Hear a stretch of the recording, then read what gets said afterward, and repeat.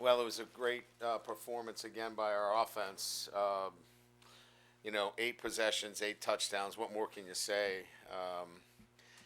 It's been exciting watching them, and I hope everybody's enjoyed the efficiency in which they operate. I think Georgia State had a great game plan. They came in trying to hold on to the football. They had 35 minutes of possession time to our 24, hoping to shorten the game, but we were just so efficient on offense. Daniels again, 8 touchdowns, accounted for 6 touchdowns, 2 rushing. Um, and what else was amazing was 25 for 30 for over 400 yards. I mean, 25 for 30 for 400 yards, the efficiency of that. Generally, when you see 25 for 30, you see like short passes, screens, flares, things of that nature. Um, a dominating performance from the offensive side. And I thought, after the 2 touchdowns that we gave up defensively, 2 plays that we, obviously felt like we should have, you know, um, defended better. They settled down and did a nice job for the last 3 quarters, and were really resilient. Had some nice fourth down stops, and did a nice job defensively from that perspective. So, good win. These games are not easy. When you come out of the SEC after the emotions of playing SEC games, we've seen that. And many of the games that SEC opponents, SEC teams played against out of conference opponents, you saw that with an upset or two in some close games. But our kids took care of business and won 56-14. So really happy with them. So with that, we'll open up the questions. Yeah. Brian, we're kind of running out of ways to describe what Jayden's doing, but could you speak to the preparation maybe and the detail in which he goes to have this kind of success on a Saturday? Well, I think you guys are starting to see how assertive and decisive. I think that's the word that I would use more than anything else is decisiveness in throwing the football. When you're 25 for 30 throwing the football, the decisiveness and the decision making has to be that way, and that's what you're seeing. Did you want to come on up here? Come on up. Come on up. It's okay.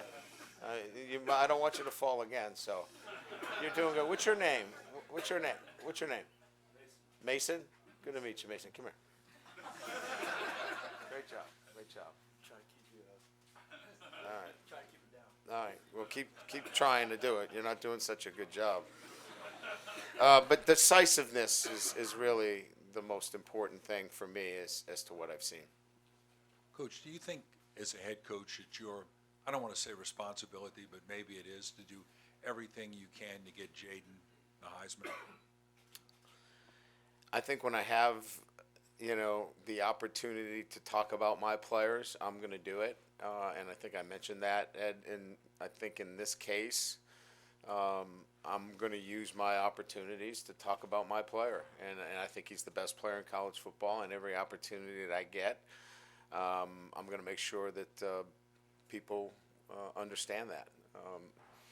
His efficiency, the way he takes over the game.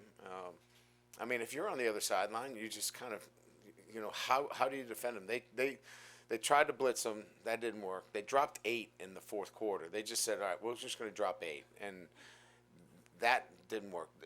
We've seen virtually everything this year, from trap coverages to, every kind of configuration, and it just hasn't worked. So I'm going to talk about him as much as I can. Coach, you said a number of times this year Jayden Daniels is the best player in college football. Is he the best player you've ever coached? I think right now, the way he's playing and the decisiveness and the way he's taking over games, he's the best player. And I would say that because the numbers are reaching, levels that are, for example, he tied Joe Burrow's record. I don't know, many people were kind of saying would 8 touchdowns ever be, touched. I mean, he tied that, and I think that's the level of play. So yeah, I would say he's the best. You say you talk about him every chance you get. Tonight, did you approach the game with aggressiveness, obviously, to leave him in as long as you did and continue to throw the ball to show the nation that he is that good? Or? Yeah, I mean, clearly, we feel like we need to continue, as an offense, to give him an opportunity to show his skills. I mean, we're down to one more game left in the season, and so I think it's our job to continue to put a young man in a positive situation to show himself to everybody. And look, I mean, there is an entertainment part to this as well, and he is entertaining, and I think that's a good part of this, where he's so entertaining, people want to come see him play. Mason Smith had a nice night. It looked like. Do you see some improvements along the front there? Yeah, we're getting better up front. I wish we were here a little bit earlier in the season, but we've made substantial progress up front, and you could see that there wasn't much room. It was really thick and heavy in there. They got out on a couple of quarterback runs, and we misfit one play on a pressure, which I wish we could have had back. But other than that, we were thick and heavy up inside. Brian, you've talked a lot tonight about efficiency. I think 13 of the last 14 offensive drives have resulted in touchdowns, and Yeah. the one non-touchdown is the kneel down Yep. against Florida 10. So we can say pretty efficient. 13 of 13. 13, let's do that. How is that possible? I mean, I don't know if that's just like an oversimplified way Yeah. of asking you this question, but how is that possible? No, I would tell you that all facets of the game have to be executed, all 11 players.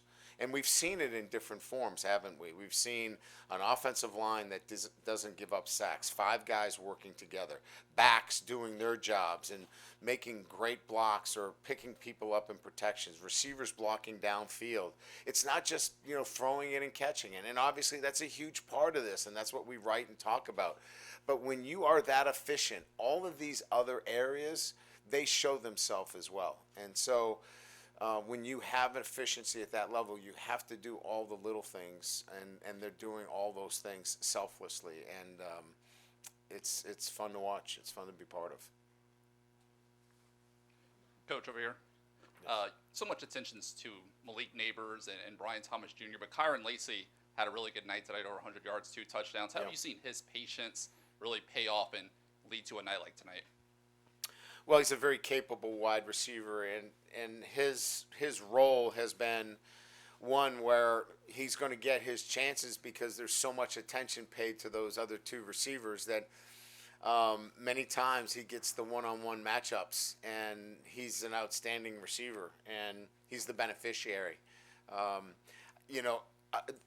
That itself, I think, has allowed him to not be frustrated, because he knows when he gets his chances, they're going to be big plays. I thought Malik did a great job tonight. He was a bit frustrated at times because he was they were tilting the coverage pretty hard to him, and he fought through it. And I was proud of the way he handled himself, because he still came out with a couple of touchdowns and some yardage, but those are days in his younger days where he might have, we might have missed him for a couple of plays.